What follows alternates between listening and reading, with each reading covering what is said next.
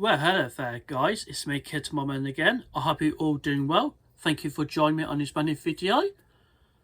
And thank you, and also, welcome to my YouTube channel. My name's Kid Boardman as well.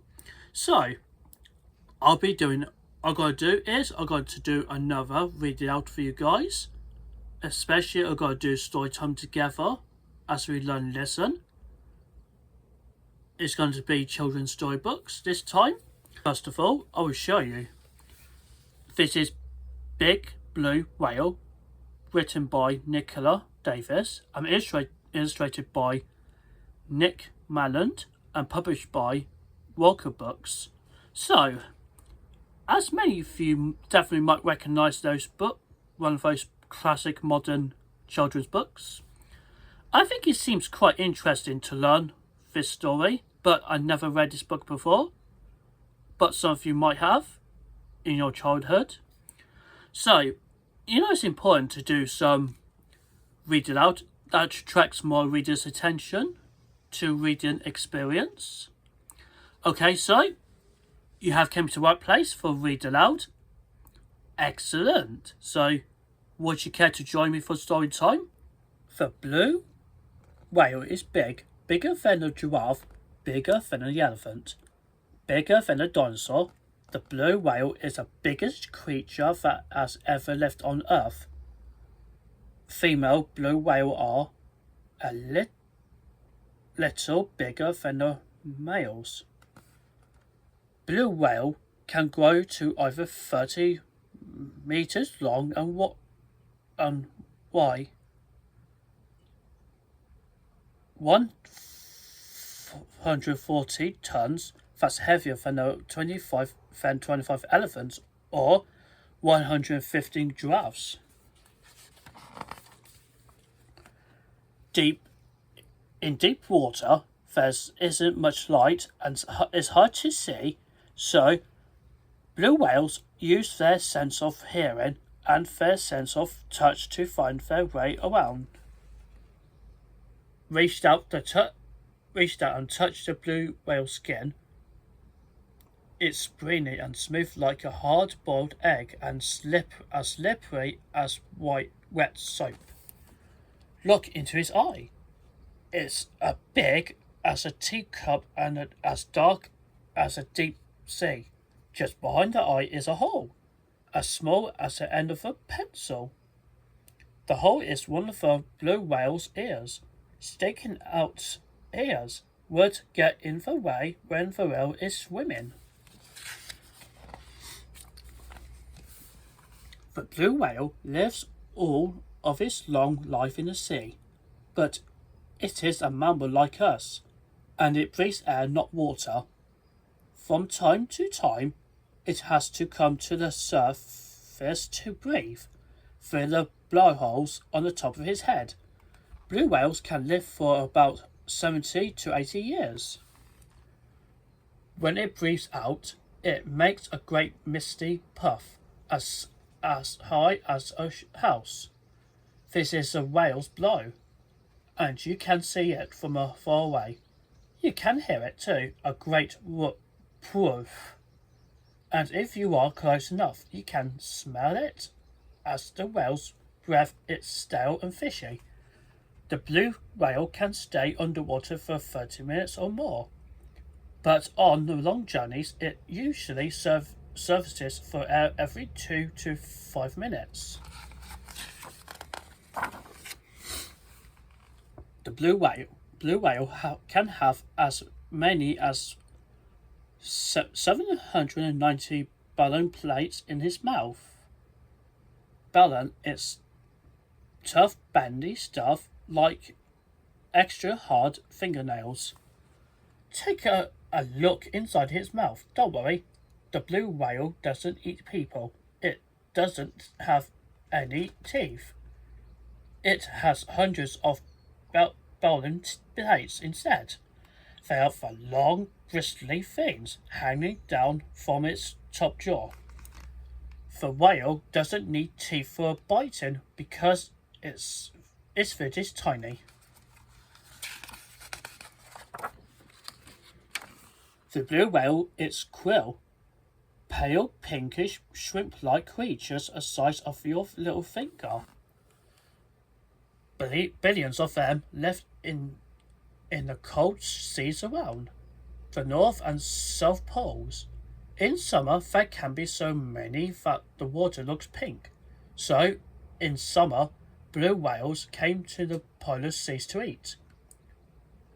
It takes an awful lot of tiny quills to feed a great big blue whale, but the whale doesn't catch them one at a time. It has a special way of swallowing a whole shores of them at once.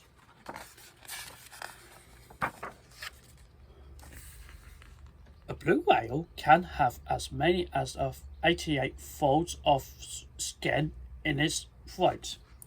Thus, it takes a huge gulp of cool and salty water. There's room for all this because the whale's throat unfolds and opens out like a fierce balloon. Then it uses its big tongue to push the water out between its bristly balloon plates. Water streams away and leaves the krill caught on his bristles like peas in a sieve. Now all the whale has to do is lick them off and swallow them. The blue whale can eat about 30 million quills just in one day. That's 3 big truck loads.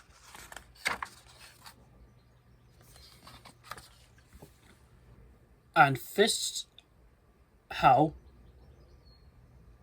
the blue whale spend the summer eating krill and getting fat, but in autumn the polar seas freeze over. In summer, the blue whale grows a thick layer of fat all over his body. This fat is called blubber and is food store for winter. When the whale eats very little, the krill hide under the ice where the whale cannot catch them. So the whale swims away from the icy cold and winter storms. Day after day, the blue whale swims slowly and steadily towards its winter home. Its huge tail beats up and down to push it along. Its flippers stir it left or right. For 2 months and more, the whale swims until at last it reaches a calm, warm seas near equator. There is says all winter. Some blue whales spend their summers around the North Pole and swim north to the equator for the winter. Others live around the North Pole and swim south for the winter. But when it's winter at the South Pole, it's summer at the North Pole. So the two groups of whales never meet. And there a blue whale mother gave birth to her baby. Where storms and cold winter can't hurt it. Male and female blue whales mate in winter then part. Babies are born about a year later. The blue whale's baby slithers from her body. Tail first, gently she nudged it to the surface to take its first breath. Then the baby dived beneath her to take its first drink of milk. A blue whale baby is 7 meters long at birth. It drinks 600 liters of milk a day, sucking it from her teats tucked into its mother's belly. All through the winter, the blue whale keeps her baby close. It feeds on her creamy milk, and it grows. In springtime, the two whales return to the polar seas to feast on krill together. But by the the autumn, the young whale is big enough to live on its own. So mother and young whale part and begin the long journey back to the equator. The blue whale may travel from polar seas to equator and back every year of its life. Sometimes it will swim with other blue whales, but mostly it will swim alone.